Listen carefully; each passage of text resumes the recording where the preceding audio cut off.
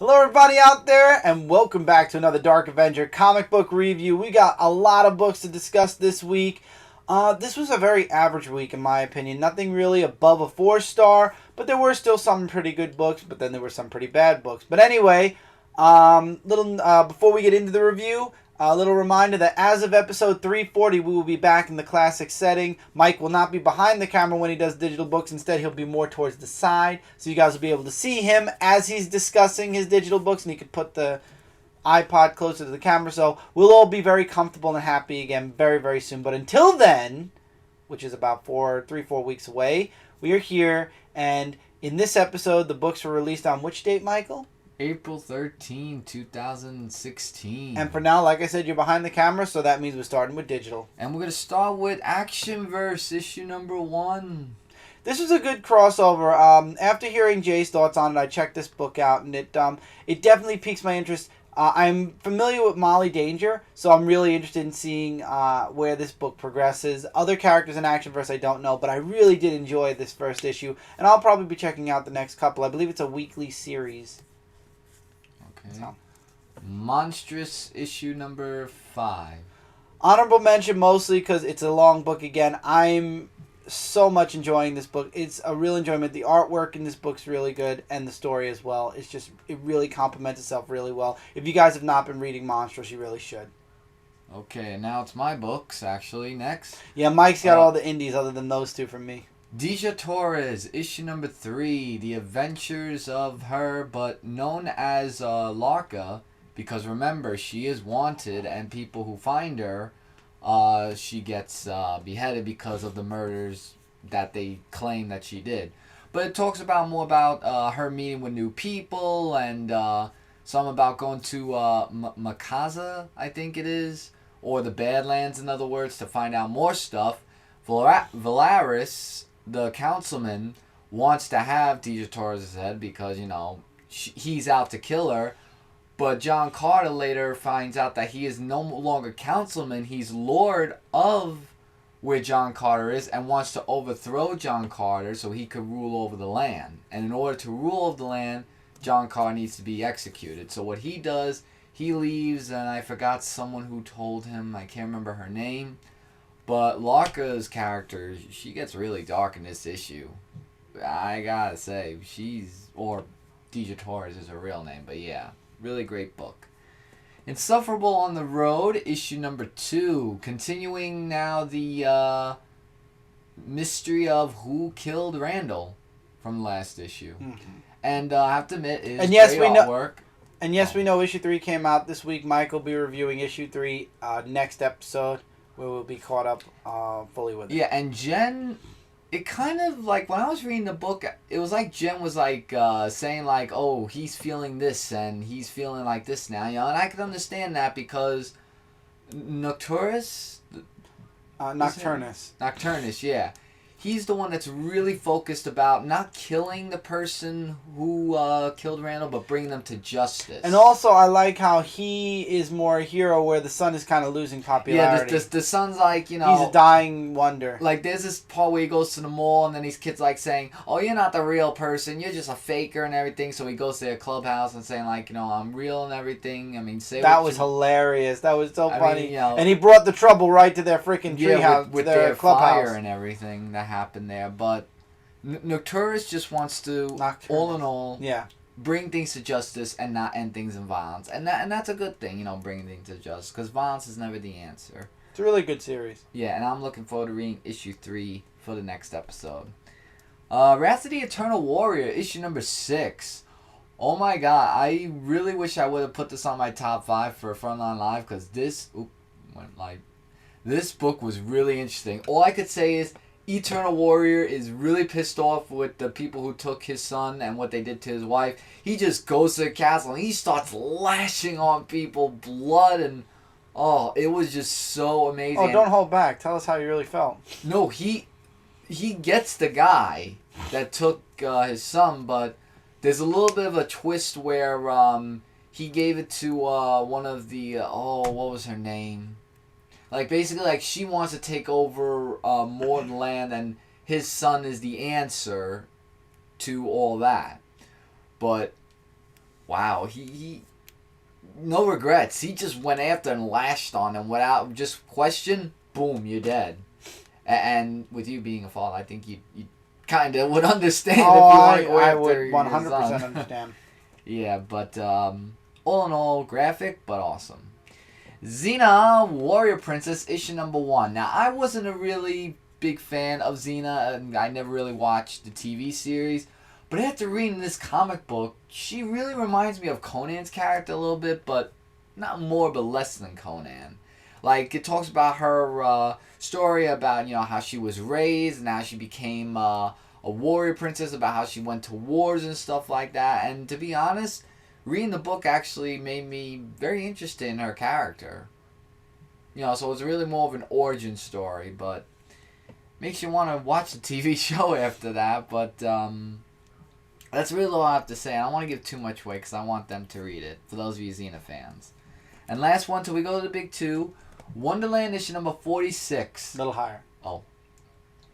And this is where Callie and Violet, along with Cheshire. I always get that wrong. Think damn it. Cheshire. The Shire as in Lord of the Rings. Well, Cheshire. Alright, well basically, this really focused on cats more, about them being like all possessed and everything, like with some type of magic demonic stuff, like it was really part of Cheshire's. Now he's gonna call it Cheshire. Yeah, he was more focused on the focal point, because since he is part of the cat family and stuff like that, Cheshire. he basically is trying to tell them that there's danger lurking, and then there's one of them that was revenge on the White Queen, like this big mutated cat. And is that a Cheshire cat? yes. And basically, it was the one going after Cheshire, but you did it. More likely, it was revenge on the White Queen, but she's not dead because he said that she still lives. And after that, I was impressed. But very kitty-like book in all essence, but I really enjoyed it. Kitty. Or kitty. Or whatever. Let's get on to the big 2 before you throw me off topic. Starting with DC. Harley Quinn, Gang of Harleys, issue number 1. And her Gang of Harleys. The "and her" is very small, but it's there. Oops. No, I messed up too when I did my review. This is an interesting book. I decided to try it out because I figured, hey, I'm not reading Harley Quinn right now. I'm waiting for Rebirth. So why not try out this mini? It opens up with an explanation on who the Gang of Harleys are. They're fighting this mob, or I would say it's a mob, and they're like one of those people that are not kosher. Oh God, I forgot. But they basically want to make organic. They want to make everything organic, and they have some weird diabolical plan. And Harley and the others basically beat them out of New Brooklyn. And we find out that each one of the members of the Harley gang are from a different part of Brooklyn, which is kind of funny. And there's only one male in the group. And Harley goes missing then. And now it's up to the gang to find her. And throughout the rest of the book, you see them going to several different places. They're basically iterations of Harley, in my opinion. But then we find out that Harley faked her abduction because she wants to train her gang to be better. And they find out, and they basically call her shit. And then it turns out somebody actually does kidnap her, or at least has her. And that's the part that kind of cringes me. We get introduced to Harley something, I forgot what. But yeah, it's like a sick, twisted mix of the Joker and Harley. It's creepy, and yeah, I'll stick around for the next issue and see what happens because I'm more curious about this character more than anything else. But it's a fun read. If you like Harley, if you're interested in something different, you'll like this book. It's an average read, definite. Green Lantern Corps, Edge of Oblivion, issue number 4. I enjoyed this because we find out that the person who is the bad guy, or who was thought to be the bad guy all along, it turns out she's the good guy. And I knew it! I knew those giant people that the Lanterns were defending were the bad guys. I had a feeling from the beginning, especially when Guy Gardner started not to mesh with that other guy. I had a feeling it was going to turn out that they were the bad guys after all, and that's what they were. It turns out that the captives of this woman who has now their rings, the guy or the being that's able to telepathically morph into a person and get all their memories and stuff, he does it to her and he finds out the truth. And she gives them their rings back to help her take down the Titan people. And it turns out Guy Gardner kind of was seduced by one of them. And he goes off to try to warn John ahead of time. And John kind of did get the warning. So now things are going to be pretty hard for the Lancers. It's going to be very interesting to see how Edge of Oblivion ends. Because we all know that by Rebirth, everybody's going to be back in the universe. In the right universe, not the one that's dying. So I'm very interested. I'm liking it, though. Very good. Moon Knight, issue number 1. Alright, the artwork just took me out of the book, honestly. I really gave this book a try, and unlike Black Panther issue 1, where I felt like I wanted to know more, and why I'm going back for Black Panther issue 2, this book just, it didn't give me anything. I'm just, Moon Knight's not my kind of character. Artwork really didn't do too much for me. I know a lot of Moon Knight fans thought the artwork was good for it. If you're a fan of Moon Knight, I would definitely recommend trying it out. If you're not a fan of Moon Knight, I would say give it a glance over or check out some preview pages before you dedicate to or not to buying the book. C-3PO number 1. What a waste. Don't waste your $5. It's C-3PO trapped on a planet with a bunch of droids, and every single droid dies. And the red arm. And the red hand. I love how one droid sacrifices himself because C-3PO taught him something, and his entire body is melted by the acid rain except for his arm, which C-3PO then says, ironically, it's the right arm. So he basically puts the arm, he gets that arm attached to it.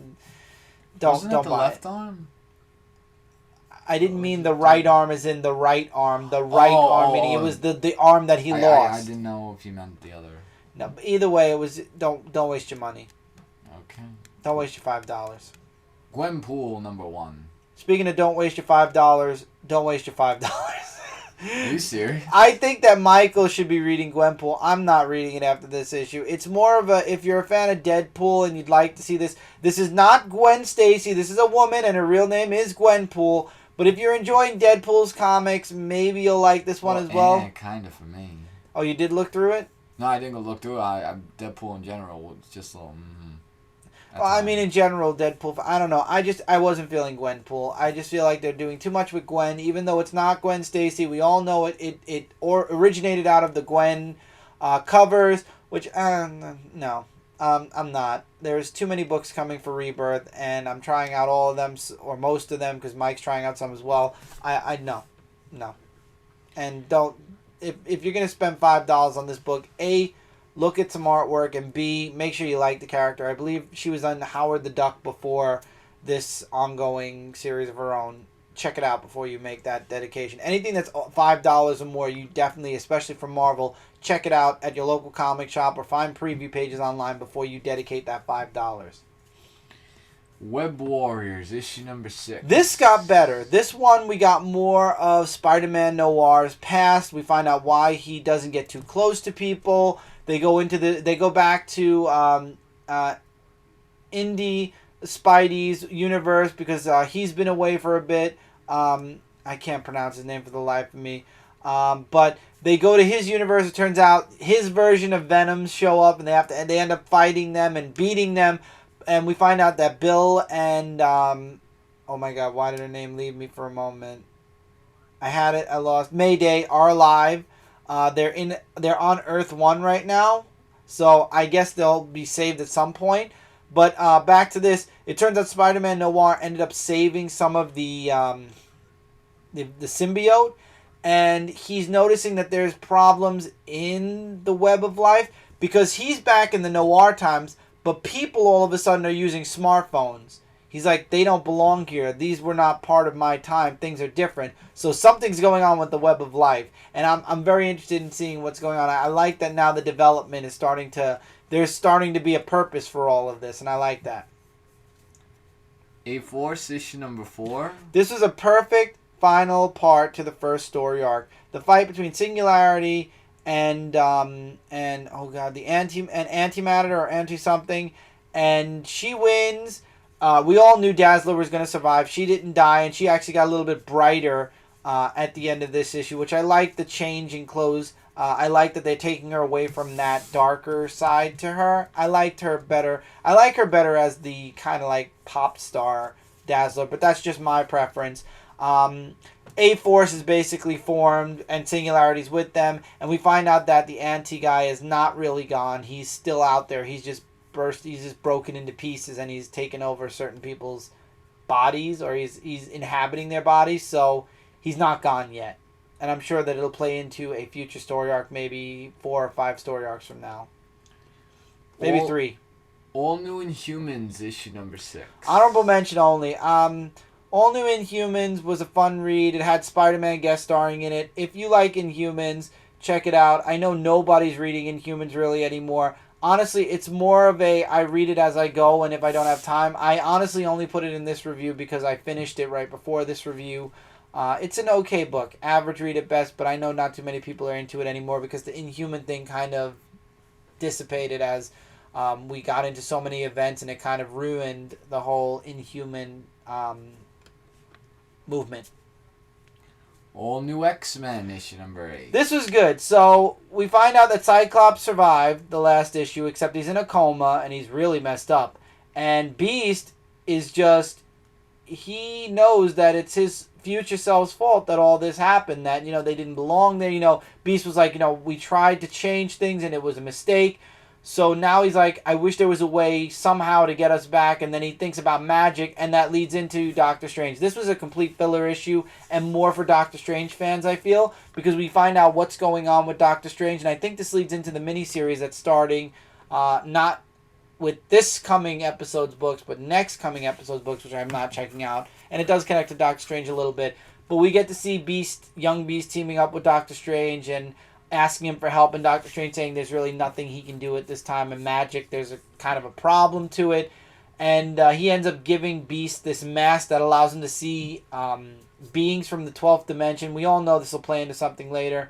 One thing I liked about this book was it felt like an X-Men book. It didn't focus on Bobby being gay. It didn't focus on X-23 and young Angel's relationship. It didn't focus on all the BS. It focused on X-Men. And yes, only Beast was really in the book, but it was an X-Men story. And I want more of that. I don't want spotlights on Bobby coming out, or spotlights on this big breakup between X-23, or Wolverine now, and Angel. There's an X-23 book for that, and as far as Bobby goes, the less I hear about it, the less it bothers. It doesn't need to be spotlighted all the time. That's not what All New X-Men was about, and that's not what All New X-Men is about. So hopefully they'll stop. I don't care at this point anymore. He can be whatever he wants to be. I would like some X-Men stories, and now we've got this Apocalypse thing going through all the books, so we're going to be dealing with that for a while. So we'll have to wait and see where these books go. But again, average read, but I did enjoy Beast. And I gotta say, as much as people are saying Cyclops is the baddest of all the mutants, I gotta say Beast is the one that really,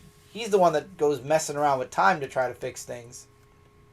Guardians of the Galaxy, issue number 7. I enjoyed this. This was Rocket Raccoon being saved by the Thing. Their chemistry is really good. As much as I love Rocket with Groot, I love Rocket with Thing. Hell, throw Groot in there, have the three of them. It would be an amazing book. Thing gets it on with this alien girl, but not the way you guys are thinking, probably, you dirty-minded people. But it was really cool, and it took us away from Peter and Kitty for an issue. But I like how they're focusing on members of the team at a time. You got Peter and Kitty. Now you've got Rocket and Thing. Next will probably be Groot and Drax. I don't know. Maybe Gamora and Drax with Groot. I don't know. There's only 3 more characters left, so it really depends. But I like this issue. As much as it felt like a filler, I really just enjoyed it. It was a great read. This definitely was a 4-star book this week. It was very enjoyable. Mockingbird, issue number 2. This was an okay issue. I don't know. It kind of fell off from the first issue, that's for sure. This definitely was filler. This book takes place in between her second to last meeting and then her last meeting, where we see her in the outfit you guys see on the cover, and she finally figures out there's something going on, that she's sick. So instead of continuing the story from issue 1, we backtracked a little bit and got a side story about her and this guy Hunter. Honestly, I just wish they would have progressed the story. I'm going to wait till next issue to make a definitive judgment. If they keep giving backstory, I don't think they'll give backstory. I think next issue they're going to move forward. And from there I'll make my judgment. It's a nice issue. It was very interesting this week, to say the least, but I'm waiting for issue 3 before I make a final judgment. X-Men 92, issue number 2. And with this book, I'm done with X-Men 92. Again, Really? They waited and wasted no time in changing Jubilee right back to a vampire. We went back in time. We went back to X-Men 92 to get the classic X-Men. And what does Marvel do? Not one book in, they have Jubilee bit by a vampire, and we go right back to the Jubilee vampire thing. It's basically they're going to try to put the present X-Men mixed with the 92 X-Men. The only good thing with this book is that Wolverine, the real Wolverine's in it. Scott and Jean are out somewhere. I might read this casually, but as far as reviewing, it's no. The whole vampire thing ruined it. It's like, come on. We tried to get away from that. And I was hoping we could have kind of retconned that when All New, All Different started, but it's apparent that Marvel just has it really hard for her wanting Jubilee to be a vampire, so whatever. Alright, now my turn. Red Hood Arsenal, issue number 11. It really focuses on 2 different perspectives. Arsenal and also Red Hood in different perspectives, like I said before. Like, Arsenal is dealing with some stuff. I hope he's not going through the whole thing where he was being a little bit too emo, kinda. I really hope that he wasn't trying to. Knowing that Rebirth's coming, I know he's going to be in Titans, you said? I think it's going to spin out a Titans Hunt. I think Arsenal Red Hood is going to have its own ending. And then Red Hood has a talk with Joker's daughter, and I really like how he's like saying, oh, by the way, I found your mask, and sure enough, she puts it right back on her face. I'm like, really? You looked so good without the mask. Why do you have to put it back on again? Because it's a curse and everything. No, it's not. You got rid of it before. Don't put it on again. And that's why I didn't like what Jason Todd did. And there was a little bit of a fight that happened between them. And Arsenal also met up with a certain group. I think we saw 2-3 issues pass. So he's going to have a rematch with them. And yeah, the things are a little bit dicey in that issue. They're going to be dicey with Rebirth, I hear, also. Oh, boy. Especially with Bizarro and Artemis. Yeah, can't wait to see how that's going to go. It might be fun. Bizarro's always a good character. It might be, yeah. Starfire issue number 11 going into something better. So this was really Starfire, Atlee, and Stella, who are at Atlee's place, and it is a really great place that they went to this adventure. It's like you wish where Atlee was, like, it was like a... No, did you hear that? Yeah. That it was like really a reality, like if you went like to somewhere that's really nice, you wish that you could actually see it, like if it was on this planet and everything. So that's really a perspective of that, and we see Starfire and Atlee, growing close together, friendship wise, and I thought that was great. Also, I like how that little pink creature just takes a number on Soul, like puts him to sleep, and then he like drives around and then brings him to his aunt and his Mr. Tony's house. He's like saying, "Oh, how the hell did I get here?" And I thought that was really funny, but also important in the story. So what happened here? Oh, and then they wound up going to the Fantasy Festival. Sure. So no, really, that's all right. I don't know. So we'll see what happens in the next issue. None of that. Red Wolf issue number 5. Red Wolf goes on a mission to find out about the rattlesnake, which he actually found out was in a trailer home, and he brings the deputy officer with him, I can't remember her name for the life of me, to go investigate it. So they both find him, and then Red Wolf does this thing by, going into the trailer and killing the snake, and then there were 2 guys actually in the trailer, and one of them died. I forgot, I think, he just went, in the issue. He didn't really say much, so he wasn't really that important of a character. So he finds out about the rattlesnake, and much other stories happened as well. And there was also other twists and turns, but I'll let you guys read to find out for yourself. But I really enjoyed that one. SpiderGwen issue number 7. Now in this one, it focused a little bit more on Cindy's character, more or less from what I read. But long story short, they're looking for Gwen's dimensional watch because of all of Spider-Woman wants to get back to her universe because she has a baby that she wants to be with and everything, and other people go to other universes. But what Cindy Moon finds out at the end of this book, she knows who the person is that might be behind the dimensional watch, which she was right, but she's also saying, I think we better be careful what we're getting ourselves into. And I'm really hoping that's not Peter Parker under there for some reason. I don't know, because the way he's looks almost like Spider-Man and everything else. I really hope that's not the other dimensional Peter Parker, because we don't know who it is yet. This was my book of the week, and that goes to Spidey issue number 4. This has a classic feel of Spider-Man, and it's really just Spider-Man who tries to stop Dr. Doom from stealing the portrait, because he's stealing the portrait because it belongs to Latavia. Latveria. Yeah, and the master of Latveria is the artist of it, so he wants to give it back to him. And Spider-Man tries to stop him, but it was actually these Doom bots. And it's like every person he encounters with is a Doom bot, and one of the Doom bots knocks him out, and he gets annoyed. The best scene was when he talked to this boy Owen, where he just said, cheer up, everything's gonna be okay, and he just made his day, and that really touched me in this book. But unfortunately, we do find out where the real Doom is, but I'm guessing it's not going to go any further, because next one looks like Green or Hobgoblin's going to be in the next Spidey one. Because I guess we meet the villains once, in every issue, so we'll see that. Dear God, I have to drop this book of Darth Vader, issue number 19. I can't take this. I am getting uninterested of what's going on in this book. Like, it's just two Jedis, or two Siths, I think, who are trying to now fight against Darth Vader, and Morbid says, oh, I'm going to be better than Darth Vader, and he kills his sister. And then after that was boring and much boredom stuff. The only part in the book is that C-3PO goes up to him and says, oh, hey, not C-3PO, wow, 000 goes to Darth Vader saying, oh, guess what, we found Mistress Alpha and all that other stuff. And that's another thing, they're focusing a little bit on her character. Who cares about Mistress Alpha? She's just there. From what we saw, she was teaming with Princess Leia and some other chick in Star Wars, and I'm going to probably see how that goes in that book.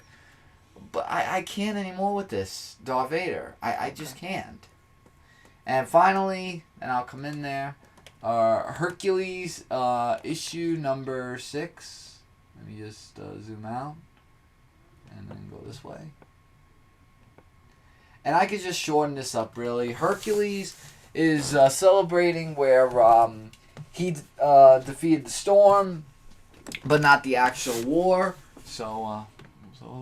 So they're just celebrating about drinking and everything, and he's saying that he doesn't want to go into that because, it was a bad influence to him. And then Gilgamesh is trying to say, like, oh, one won't hurt, and then Landlord's saying, he got over it, and now you're being a bad influence to him, and this and that, and it was like a really not so good party. But then he meets up with Iron Man, and he talks with him about the mark about his arm and everything. And I'm like saying, wait a minute, how would he really know about it? But it's not really Iron Man. It is the person from the last issue, Claudia J knows. He said on Frontline Live, and it's gonna play a huge role in this issue. But it says N with a question mark. Now, he's going to be in a different book that's going to be in Civil War. The Gods of War. Yeah, Gods of War. It's going to spin out of Civil War. Right, so it says N question mark. So maybe after the whole Civil War happens, it'll go right back to Hercules. It'll go back to Hercules. And continue from so on. So, all right, physical book time. Yeah, physical book of Archie Comics. Sonic the Hedgehog, issue number 280. Basically, to sum it up, 2 stories. They're trying to look for the Gaia Key Temple, the Gaia Keys, to form it so that way they could save their world. I do want to show just one artwork in this book that really was classic. But yeah, Tails and Chip go for the first one, and we find out that Chip is with the gets sunken into this mystical world to find out more about this Gaia Key. And then we go into the second story where Rhoda and Sally are trying to find Lucia, who has something to, like, she's like the key guardian, and they help her with her situation. And at first Rhoda wasn't too crazy about, because he's trying to keep what the task is at hand by saving the world and not worry about other people's problems. But then after a while he realized that saving the world is like saving other people, and that's where they got the Gaia keys, and now going to bring it back to Sonic. But they don't know he has it, but we the readers knows that he has it. So for the first time ever in a Sonic book, 2 successful stories, and this was my second book of the week next to Spidey. So definitely pick this up if you're a Sonic fan. I can't wait to see what more will happen in Sonic Universe. Alright, the rest of mine. Spawn 262. I loved it. This is the final battle between Spawn and Satan. And not only is it a final battle between Spawn and Satan, but God himself comes in to the fight finally, saying, "You've gone too far now." So that's what God looks like. And what happens is Al makes a deal. He says, "You let Wanda go to heaven." And, well, after a bit of a fight. Where between, and then it ends after the fight with Spawn and the devil, and then the devil and God start fighting. Spawn says, "Stop. Let Wanda go to heaven with God, and I'll give you the suit, and I'll just walk away human." The devil agrees. God takes Wanda to heaven. Al walks away. The devil, of course, wants to double-cross at least Al, so he sends his friend after Al. But we find out that Al actually still has a piece of the Spawn suit. And because he does, he's still the owner of it, and the suit blows up, destroying the devil. And it also apparently takes out the demon chasing after Spawn. And Spawn apparently still has the God Sword. So now he's going back to Earth. Next issue, it's Spawn without any powers. So apparently because he only has that link left, he basically is a depowered Spawn. So he has the costume, but he has no powers. So it's going to be interesting to see where this story goes from here. Amazing Spider-Man 10. I'm tired of this, oh god, I can't even remember the name. The Scorpio story. I want it to be over. Not Scorpio. Rhino? No, the freaking astrological signs. But anyway, Spidey fights him. No, I was right, Scorpio. Oh. And in the end, he gets called away for other business, and Spider-Man basically declares that no matter what it takes, I'm going to put an end to you once and for all. We get to see a little bit of Doc Ock. I can't wait for 2 weeks from now where this book basically is over. Not the book. The story arc's over, and we can maybe get into some good storytelling again. Again, this is a book that comes out twice a month, and I'm not enjoying it. Batman Superman issue 31 continues. As you guys can see, the triangle number is part 2. It continues. Superman dying and looking to put together a super league, but he goes to Batman in search of help. He's looking for his cousin Supergirl, who's gone missing, and him and Batman end up fighting these weird demons. And it turns out Superman's getting weaker because a punch that would normally do nothing to him draws first blood. And we find out where Supergirl is, and this is going to lead into Action Comics 51, where obviously Batman and Superman are going to attempt to save Kara. I don't know for sure, but yeah, so that's where this book's going. I'm still disappointed. You know, DC mentioned that new DCU Superman was going to meet old DCU Superman before the end of the new DCU, and they haven't met. And I'm wondering if they're going to have them meet either in DC Rebirth's 80-page one-shot or in issue 52 of the either Superman book or Action Comics book. I don't know.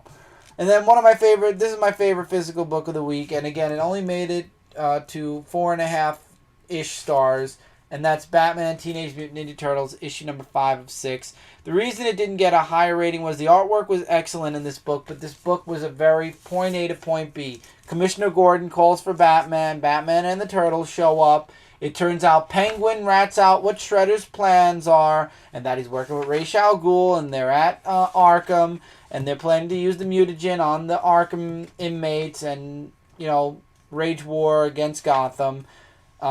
Leo goes into shock. Donnie and Mikey, who are in the Batcave with Casey. Casey wakes up, he's fine.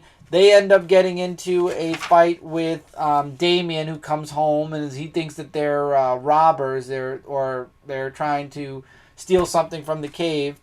And then Batman shows up and says they're friends. Casey explains what Harold said about the Turtles, and he also mentions that he has a device that'll allow them to go back to their universe, but it's a one-way trip, and it can only be used once, and if they don't use it soon, it'll take another week before they're able to use it again. And while it won't affect Casey, it will affect the Turtles because they'll be dead within a week, because they've only got 24 hours before they're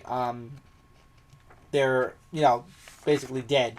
So I like how Alfred teases a Bat's suit. I have a feeling that that's going to be in the last issue, but Batman basically says, listen, I've dealt with crazy people before. Don't worry. You guys go home so you don't die. I'll handle Shredder, and he'll just be trapped here with all of my other rogues. They say goodbye, but we all know that it can't be the end because it's Batman, Teenage Mutant Ninja Turtles. So they're going to stay long enough to fight against Shredder and Ra's al Ghul. And we find out that all the Arkham inmates have been mutated. They've even gone as far as to mutate. I'm trying to get the picture to work. The Penguin. So all of them have been mutated, and it's to be concluded in issue 6 next month. And I know for a fact that the Turtles will be there. It just felt like this was a huge setup for the final issue. And while I loved the artwork and I loved the story, and it was fun to see Damian versus Mikey, Donnie, and Casey, it could have been a little bit more than a lead up to the finale, especially because the 3 issues before it really were very strong. This was definitely the weaker of the 5 issues so far. Oh, I'm sorry, there were 4 issues before this. So hopefully issue 6 will prove to be strong, and this was just the weakest of the 6 issues. And that's fine. There's always one weak issue with miniseries sometimes. And with that, that's it for this comic review, guys. Yep. So I'm going behind the camera. Again, Mike goes behind the camera. We will finally be happy to not have Mike going behind the camera so much once we move back to our classic location, which will start with episode 340 again. Thank you guys so much for being here. This is probably going up Thursday morning, so don't forget, tomorrow, Friday night, 9:05 p.m. Eastern Standard Time, Dark Avenger Live. Come on with your questions, your comments, anything you have to say about any of the books or news or whatever, and we will talk there. I love doing Dark Avenger Live each and every week for that reason. Let us know in the comments below what you guys thought about any of the books we talked about here or any of the books in general.